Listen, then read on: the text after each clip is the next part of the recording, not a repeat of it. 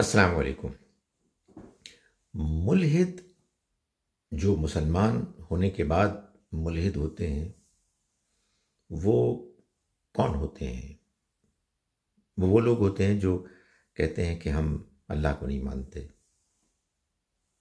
میں اس میں ان کو بھی شامل کرتا ہوں جو کہتے ہیں کہ ہم اسلام کو نہیں مانتے، دین اسلام سے، اللہ سے، قرآن مجید سے وہ لا تعلقی کا اظہار کرتے ہیں۔ میں سمجھتا ہوں کہ ان میں دو طرح کے لوگ ہوتے ہیں، ایک اچھے لوگ ہوتے ہیں اور ایک وہ جو اچھے نہیں ہوتے۔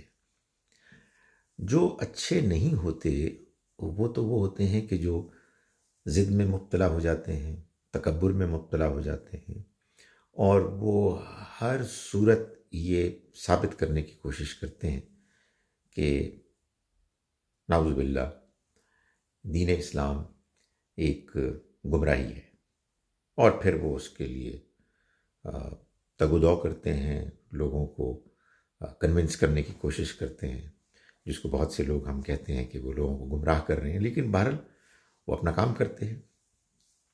جو ان میں سے اچھے لوگ ہوتے ہیں وہ بھی یہ کام کرتے ہیں اور لوگوں کو بتاتے ہیں کہ جس دین کو تم مان رہے ہو وہ ٹھیک نہیں ہے۔ میں ان کو اچھا کیوں کہہ رہا ہوں؟ میں اچھا اور برا ان لوگوں کو کہتا ہوں۔ اچھے وہ ہوتے ہیں جو اپنے دل میں اچھے ہوتے ہیں، سچائی کو جاننا چاہتے ہیں، انہیں بات سمجھ میں نہیں آتی، بعض لوگوں کے غلط رویوں، بدتمیزیوں کی وجہ سے وہ ریئیکٹ کرتے ہیں۔ وہ سچائی جاننا چاہتے ہیں۔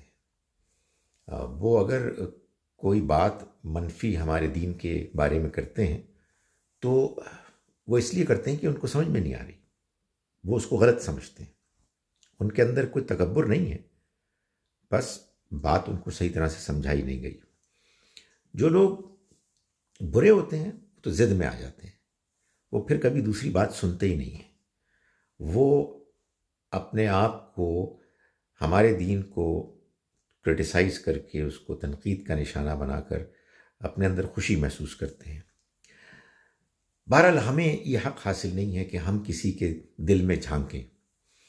اللہ نے ہم کو یہ بتایا ہے کہ جو لوگ اچھے ہیں وہ بہرحال اللہ کی بات کو، اللہ کے پیغام کو قبول کریں گے، ظاہر ہے بشرطے کہ اس پیغام کو ٹھیک طرح سے پیش کیا جائے، جس کا مطلب یہ ہے کہ ہم بات بھی ٹھیک کریں، دلائل بھی صحیح دیں، اور ہمارا کردار اخلاق بھی ٹھیک ہو، جو بدقسمتی سے بہت سی صورتوں میں نہیں ہوتا، جس کی وجہ سے لوگ پھر دوسری جانب رخ کر لیتے ہیں۔ مگر چاہے کوئی ملحد اچھا ہو یا برا ہو، بہرحال ہمیں اس کی بات دھیان سے سننی چاہیے۔ وہ ہماری بڑی خدمت کرتے ہیں۔ بدتمیزی جب کرتے ہیں تو سچی بات ہے کہ دل برا محسوس کرتا ہے، ان کی بدتمیزیوں کو تو بہرحال کسی صورت بھی آدمی پسند نہیں کر سکتا، ایمان کا تقاضا ہے کہ آدمی اس پر پریشان ہو، لیکن بہرحال اس کو اگنور کرنا چاہیے، اور جو بات وہ کر رہے ہیں اس کو دھیان سے سننا چاہیے کہ آخر اعتراض کیا ہے، اور اگر اعتراض میں وزن ہے تو پھر ہم سمجھیں، صحیح بات کو جانیں۔ آپ یقین جانیے کہ ملحدین کے اعتراضات ہمارے لیے ایک تحفہ ہے، ہمارے ایمان کو، ہمارے دین کے فہم کو بہتر بنانے کے لیے ایک موقع ہے۔ اس لیے کہ دین کو سمجھنے کے لیے، دین کو جاننے کے لیے، اس میں گہرائی حاصل کرنے کے لیے یہ ضروری ہے کہ ہم وہ لوگ کہ جو دین سے دور ہیں، دین سے اختلاف رکھتے ہیں، ان کی بات، ان کے اعتراضات، ان کے سوالات سنیں اور پھر ان کا صحیح جواب سمجھیں۔ اس سے ہمارے اندر دین کی گہرائی، فہم کی گہرائی اور ایمان میں پختگی ہم کو حاصل ہوگی۔ قرآن مجید نے کئی مقامات پر کفار کے اعتراضات کو بین ہی بڑے مؤثر انداز میں، جیسا کہ انہوں نے بیان کیا، اللہ تعالیٰ نے بیان کر دیا ہے، تاکہ ہم ان کے اعتراضات کو سمجھیں، اس سے وقتی طور پر متاثر ہوں، اس کے نتیجے میں ہمارے اندر بے چینی پیدا ہو، اور پھر ہم صحیح علم اور اس کے ذریعے سے صحیح ایمان حاصل کریں۔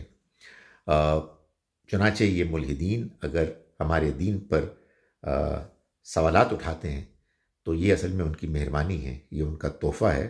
بدتمیزی تو ظاہر ہے کسی صورت بھی ٹھیک نہیں ہے، لیکن بہرحال سوالات بڑے مطلوب ہوتے ہیں، ہمیں ان پہ غور کرنا چاہیے، ہمیں اپنے دین کو گہرائی کے ساتھ سمجھنا چاہیے، اور کیا خبر کہ اگر ہمارا رویہ ان ملحدین کے ساتھ اچھا ہو تو ان میں سے بعض جو اچھے لوگ ہیں وہ دوبارہ ہمارے دین میں شامل ہو جائیں، اس میں داخل ہو جائیں اور صحیح ایمان سے بہرہ مند ہوں۔